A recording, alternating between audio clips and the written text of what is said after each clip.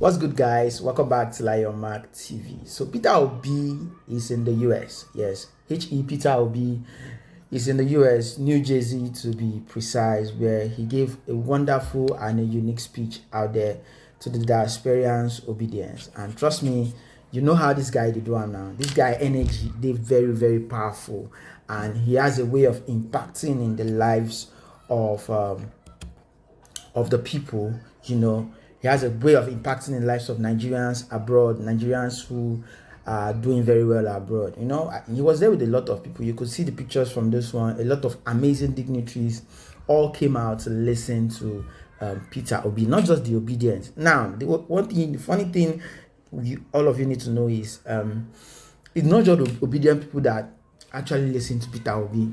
Now, after the election, a lot of people who actually want to come and tap from his well of wisdom, get to, you know, share his thoughts. Now, I want to share with you a story how this lady Tonto Dike tried to use Peter Obi generosity of the well project, the borehole project he did I think last week or a week ago in Gombe State, where he gave good drinking water to the people, and Tonto Dike wanted to use it and catch political cruise. But guess what? It backfired. Nobody answered her. Nobody paid attention to all the blah blah blah she said on social media. Well, I have a video for you guys from his trip to New Jersey. I'm just going to share that with you now. So watch the video, and as usual, ensure you share your thoughts in the comments below, because that one is very important. Ensure you share your thoughts in the comments below so that we'll be able to interact properly. Here's the video. Enjoy. Don't forget to drop a comment. You know, as we go along, thank you. Nothing else. We're not looking for vote tomorrow. We're not asking for anything. So it is not a campaign, so I can't start telling you what is now manifesto.